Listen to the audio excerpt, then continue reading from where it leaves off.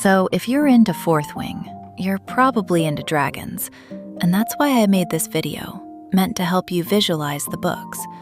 There are no major plot spoilers, but this video does contain names and shows scenes like the Threshing. If you want to go in totally blind, this video is not for you. With all that out of the way, buckle up. Okay, so why do these majestic dragons choose to form an intimate, unbreakable bond with tiny humans? Well, dragons do possess immense raw magic, but they don't have opposable thumbs to weave the wards that protect their hatching grounds, so they need human riders to channel their power. This partnership is extremely high stakes, creating a bond so absolute that it's etched into the very first rule of the Dragon Rider's Codex. A dragon without its rider is a tragedy. A rider without their dragon is dead. So how do you get a dragon? Well, you don't, but they might get you. So you first survive presentation. This is a terrifying parade where cadets are forced to walk single file down a valley, past dozens of massive, judging dragons. This is the dragon's first opportunity to weed out the weak, and the criteria are not very specific to us. If you make direct eye contact, show cowardice, or give a dragon any reason to find you unworthy, they won't hesitate to incinerate you on the spot. If you manage to reach the end of the path without becoming just another scorch mark on the grass, you advance to the next deadly test. October 1st, Threshing. When you step into that forested valley, not only are you looking to bond with a dragon, you are also fighting to survive your own classmates. There are never enough dragons willing to bond, and fewer cadets means better odds, or so they say. So, while you're scanning the tree line for a massive, fire-breathing apex predator that could incinerate you out of sheer annoyance, you also have to watch your back. At any moment, a fellow cadet might just slide a dagger between your ribs to eliminate the competition. So, how do you know which dragon would be open to bond to you? You have to follow your gut. As Professor Kaori warns the cadets, if a dragon has already selected you, they will call to you. You have to pay close attention to your feelings and trust them. And if your instincts scream at you to run the other way, you run. And then, if you survive the hunt and a dragon deems you worthy, it happens. The telepathic bridge snaps into place, and you hear their voice in your head for the very first time. A dragon only reveals its true, full name, along with its ancient lineage, to the rider it bonds.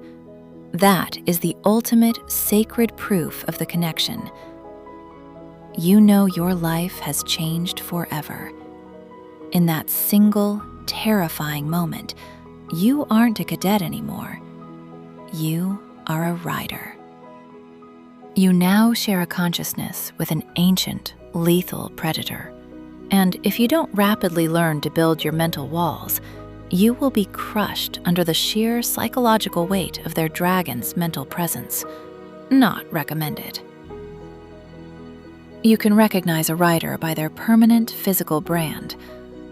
To seal the bond, the dragon uses its magic to burn a relic directly into the rider's skin, often in shapes inspired by the dragon. This mark is not a mere tattoo. It acts as a conduit. It is a vital gateway that allows a dragon's raw, molten power to safely surge into a fragile human body. But the human body isn't a battery and can only hold so much. Once that overwhelming power floods your veins, it desperately needs an outlet.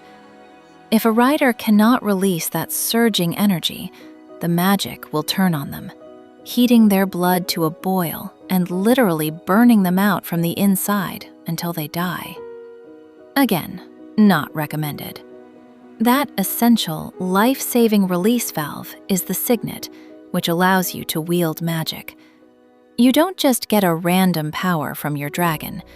Because a signet is born from the volatile chemistry between both the dragon's raw magic and the rider's core identity, even the dragons can feel pride if this manifests as a strong or rare ability. It takes the shape of who you are at the marrow of your bones, and, more importantly, what you desperately need. There is only one highly guarded exception to this rule: Feathertails. Juvenile dragons are strictly off-limits for bonding, because the dragons protect them against greedy humans. Young dragons are uncontrolled and don't channel raw magic to fuel a rider's signet. Instead, they gift their own innate, unpredictable abilities directly to the human. But this direct transfer is a deadly gamble. Pulling magic from a juvenile drains them directly, running the horrific risk of burning the young dragon out entirely before they can safely enter the dreamless sleep and mature. Dragons come in different colors, and that's not just aesthetic. Black dragons are the rarest and most cunning. There is simply no such thing as outsmarting a black dragon. Blues are known for their formidable size and absolute ruthlessness. Greens possess a keen intellect and rational nature, making them perfect siege weapons. Browns are steadfast but lethal, while reds have a notorious hair-trigger temper. Cadets are warned to never look a red in the eye. And oranges? They are the most unpredictable of dragon kind, making them a volatile risk on any battlefield. However, later in the series, we discover a mysterious seventh breed. They are a forgotten bloodline with iridescent scales that actively shift to mimic their surroundings, rendering them practically invisible. I won't tell you more for now. A dragon's color dictates its temperament, but its tail determines exactly how it will kill you. There are 5 distinct anatomical weapons.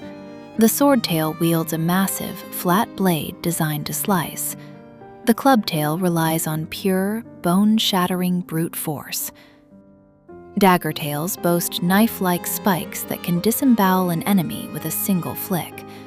Scorpion tails are armed with a deadly, poison-laced barb. And then there is the absolute apex of destruction, the Morningstar tail. It merges the crushing, bludgeoning power of the club with lethal, razor-sharp spikes. It is an uncompromising killing machine. So that is my breakdown for the dragons in the Fourth Wing series. Thank you so much for watching, and I hope this helps your imagination take flight. If you enjoyed the ride, bless the algorithm with a like and subscribe so I can keep these coming. See you next time.